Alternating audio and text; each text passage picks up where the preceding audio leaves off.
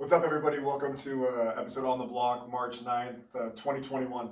A lot to talk about today, and we're going to get started with my guy, Kyle Lowry. Now, before I get into anything, I need to kind of set the record straight that, some of my closest friends and people that are following the podcast think that, I'm putting some slander on Kyle Lowry's name. Not the case. Not the case at all. But I do want to kind of call a spade, and if I'm smelling some BS, at least what I think is BS, I kind of want to talk about it. Now, let me take you back down to memory lane, where Kyle Lowry, when he first got here, he came in for a first round pick, I believe, and then he had a few good seasons, started off a little bit slow, and even Kyle said that when he got here, he didn't think it was going to be for a very long time. It was really just trying to build up his value and, go back to the States pretty much. Now, truth be told, Masai tried to trade him to the Knicks a while ago. Didn't work out. The trade fell through, and Raptors ended up winning the championship. But it's kind of tough because Kyle Lowry, whether it be the intros at the games for the starting lineups, his hustle, his determination, his leadership. I'm a big Kyle Lowry fan. Now, every time I say something about someone on the team or someone around the league, doesn't mean that I don't think they're a good person or I don't think they're a good player.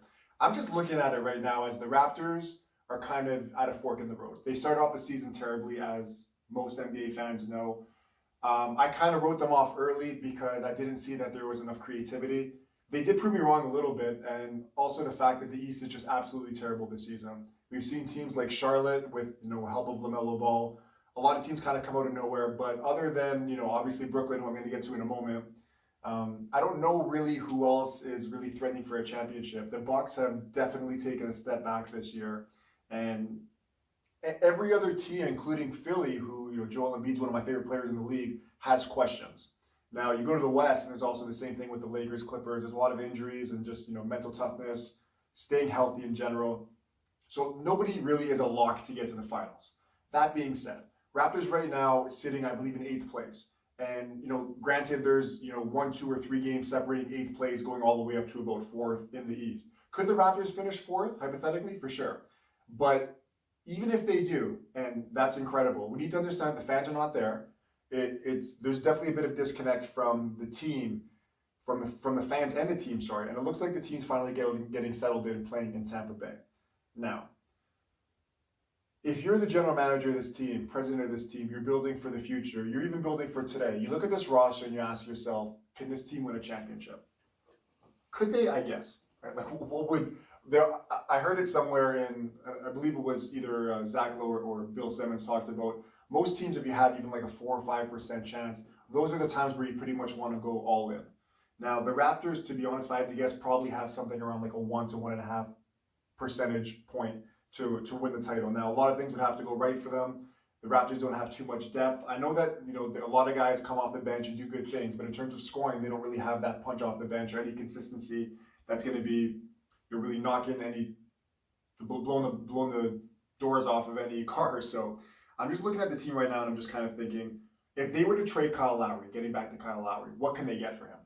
And like the whole teams like Philly, who is, I think the clear-cut favorite, and then there's also teams like Miami, teams like the Clippers. You're going to get minimum a first-round pick, most likely a late first-round pick, but a first-round pick, and, maybe a starter, or definitely a rotation guy, and most likely, a former first-round pick, a young guy. So the Philadelphia 76ers, reportedly, who's going to be coming back, Danny Green, just to match some salary. I believe he's making like $15 or $16 million. And then after that, you're going to get a first-round pick. Might be late, but that's fine. We'll take it. And Tyrese Maxey, who's looked really good, the first-round pick from Kentucky. That gives the Raptors a point guard. I know that we have Fred, but it gives us some stability. Worst-case scenario, going to be a six-man or maybe play alongside Fred. The Raptors always run some small lineups. So you just, like I said, kind of have to look at the writing on the wall there and saying, hey, do we want to win a first-round matchup? Maybe win a second-round matchup. Definitely not going to be Brooklyn in the East. Now, can the Raptors match up well against the Bucks? Match up well against the 76ers? For sure. But we've seen Miami, Boston, and definitely Brooklyn give the Raptors fit, especially as of late. And like I said, the question is just, do you want to lose Kyle Lowry for nothing, yes or no? And I don't think that you do, especially if he doesn't want to come back, or you're not going to end up paying him $30+ million, which I don't think the team is really going to end up doing. That being said, I think that you have to do your due diligence and explore the trade market for Kyle. I think you'd be not doing your job if you weren't kind of answering the phone, trying to find out what you can get for him. Now, like I'm no lawyer, but it wouldn't be the first time that an NBA player has, quote, lied when a rumor has come out in the media. Now, Kyle Lowry released the tweet saying an Instagram post saying the lies people tell in the media are amazing. Don't put thing out when they ain't come from me. That's word for word. Let me read that one more time. The lies people tell in the media is amazing. Don't put thing out when they ain't come from me. So Kyle's pretty much saying that, I'm not asking for any of this. And there was a report from Bill Simmons' podcast with Ryan Russillo, quote, has been telling everybody for a month that he's getting traded. Now, honestly, from going to the games for like 5 years and seeing Kyle Lowry, the things that he said, the things that have leaked out, that he may or may not have said, I don't really think that this is anything that's far-fetched.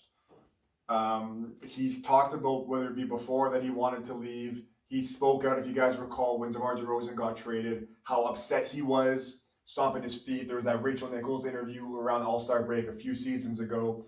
Raptors ended up winning a championship. Now, the NBA and sports in general is not a place to bring your emotions. If you're in your feelings, you're in the wrong place. These guys making, especially Kyle, $30+ million a season.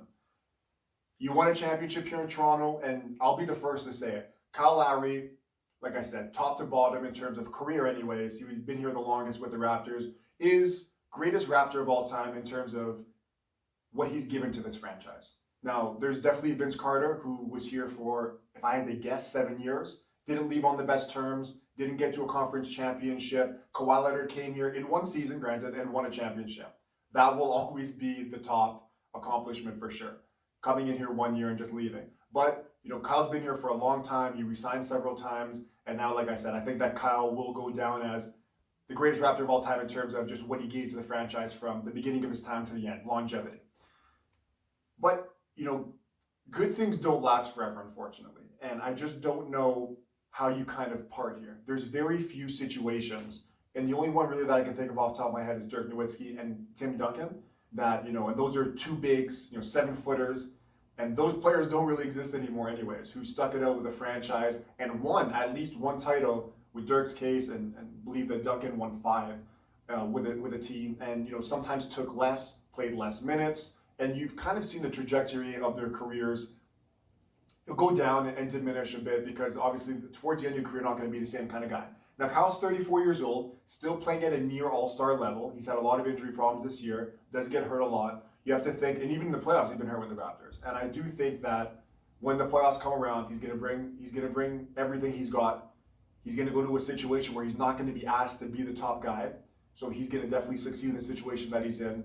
If he goes to a team like Philly, who knows? Maybe he wins a championship with Philly. Brings that veteran leadership, championship presence. Guys are going to listen to him. He's going to be at home. Like I said, I'm not sure really where I stand on Kyle saying, hey, I didn't ask for it. Now, that being said, I don't think Kyle or anybody is going to be the kind of guy to be like, yeah, you know what? I said that. Get me the hell out of here, because that's not a good look either. But I don't really know what options he had. That being said, I think that Kyle Lowry is most likely going to get traded at the deadline, because I think that, once again, if Masai and Bobby Webster are not answering the phones and not taking offers, it's going to be really hard to turn down first-round pick multiple players for a guy who's more than likely going to walk at the end of the season.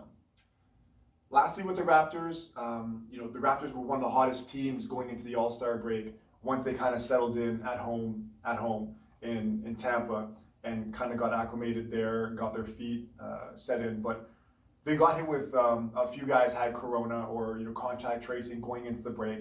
It's going to be interesting to see how those guys come back. I'm not sure if they did catch it wasn't really released, because we've seen guys come back and kind of struggle, especially with the cardio. So the next few games, week or so, the season starts off again tomorrow. The second half, the Raptors end up playing on Thursday.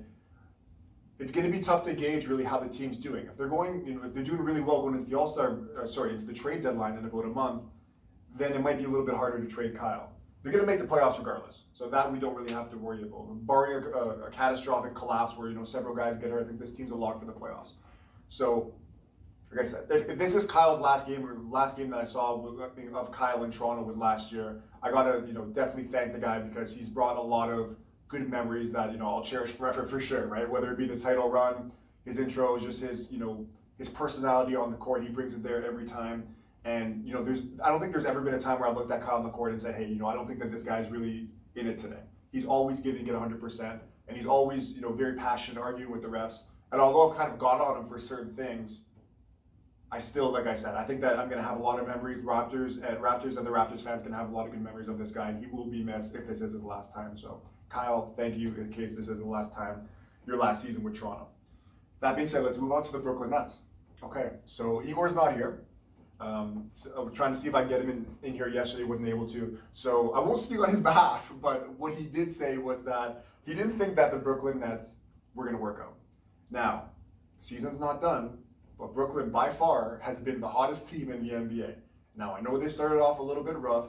They lost 2 games in a row to Cleveland Cavaliers, who are a terrible team, and it took, Colin Sexton had the game of his life in that first game. Brooklyn is now at 24-13, half a game behind Philadelphia 76ers, and I don't think there's really any doubt. They're doing all this without Kevin Durant, who's greatest scorer of all time, most likely. Greatest player in the league right now, debatable.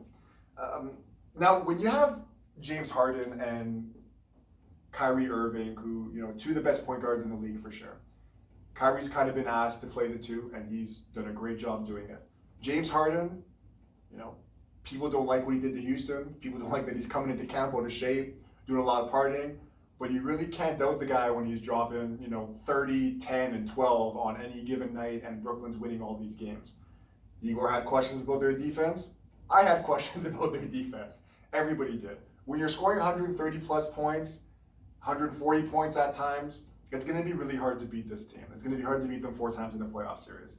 Now, in the East, who's their real threats? I'll tell you one thing. It's not Milwaukee. I don't know if it's Boston. It's definitely not Toronto. I don't think it's Miami either, though, even though Miami has kind of turned it around as of late, that they've gotten guys back after, an early season bout with COVID in their team. Philly might be the best equipped team to kind of deal with them because they do have a lot of size. Nobody in the league really is going to stop Joel Embiid. Maybe a guy like Anthony Davis in the post. Anthony Davis has his own question marks. He has that calf/Achilles injury right now. And, if this was the offseason, he'd be shut down probably all summer for about 3 months.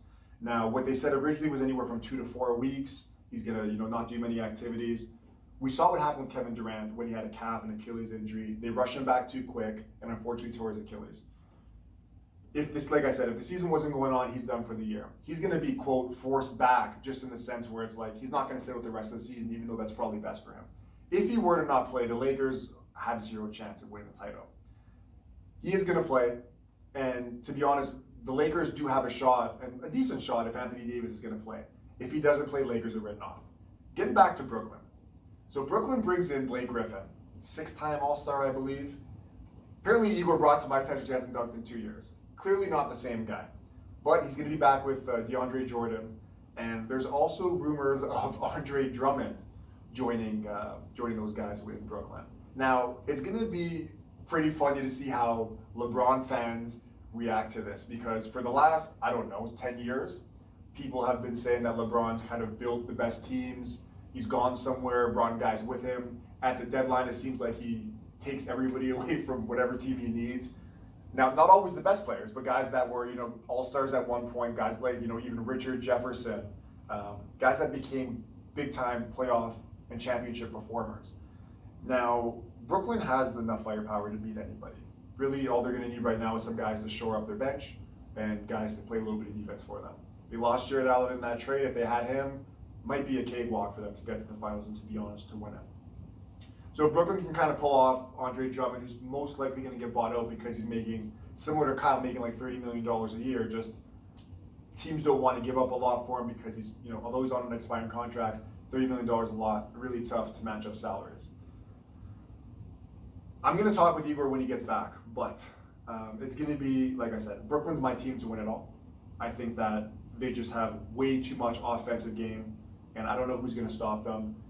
I don't know who's going to match up against them. If one guy is having an off night, you got to go against Kevin Durant, probably a top 10 player of all time. James Harden, who even if his shot's not dropping, he's absolutely deadly in the pick and roll. He's going to find guys that are open, and Kyrie Irving, right? These are just guys that are elite three-point shooters. Now, even if their numbers are down, guys are going to say James Harden shooting, this percentage, Kyrie shooting this percentage. A lot of times they're taking these shots that are not, wide open catch and shoot threes. Their numbers would be way higher if they were. Speaking of guys that shoot a high percentage, let's not forget Joe Harris, maybe the best three-point shooter in the league. That's not named Steph Curry or Klay Thompson, who's not in the league right now, but definitely for a role player, the best three-point shooter in the league, and can also play some defense. So that being said, I think that's pretty much going to wrap up this pod. Just last thoughts, looking to see what the Raptors are going to do at the deadline. If they end up moving Kyle, if they try and get a big man. Brooklyn, I don't know how many more moves they're going to do. It's going to be interesting to see kind of how Blake fits in. If they're going to start him at the 5, take away some of Jeff Green's minutes, or if they're going to take him and put him on the bench and spell either Jeff Green or DeAndre Jordan. And really see maybe how he plays with the bench unit, get his feet under him. If he can even average, 14 points a game coming off the bench, give a little bit of spacing to the rest of the guys on the floor, it's going to be a great pickup for them. So I'm going to get together with Igor next week, touch base on how the teams, especially Raptors, Brooklyn, Lakers, Clippers, how those guys are doing heading into next week. And we're also going to talk about next time if we think Utah Jazz are for real, who right now have the best record in the NBA at 27-9. They are 2.5 games up on Phoenix, 3.5 up on the Lakers. Phoenix, Lakers, and Clippers all with 24 wins. Portland's kind of cooled off a little bit. A lot of injuries there. Hopefully CJ McCollum comes back soon because they're going to need him. And then we can talk about the MVP race as well with guys like Jokic, LeBron. Maybe Donovan Mitchell's going to get some votes because if Utah keeps up this tear, they win 75% of their games. That's unheard of. He's definitely going to get some votes. Maybe not win it, but get some votes. Then obviously Joel Embiid, James Harden is going to get some love. Giannis not going to win it again, but he's going to get some love as well. So we'll talk about that. Thanks for tuning in. Joe Friday, March 9th, 2021. We'll catch you guys next time on the block. Take care.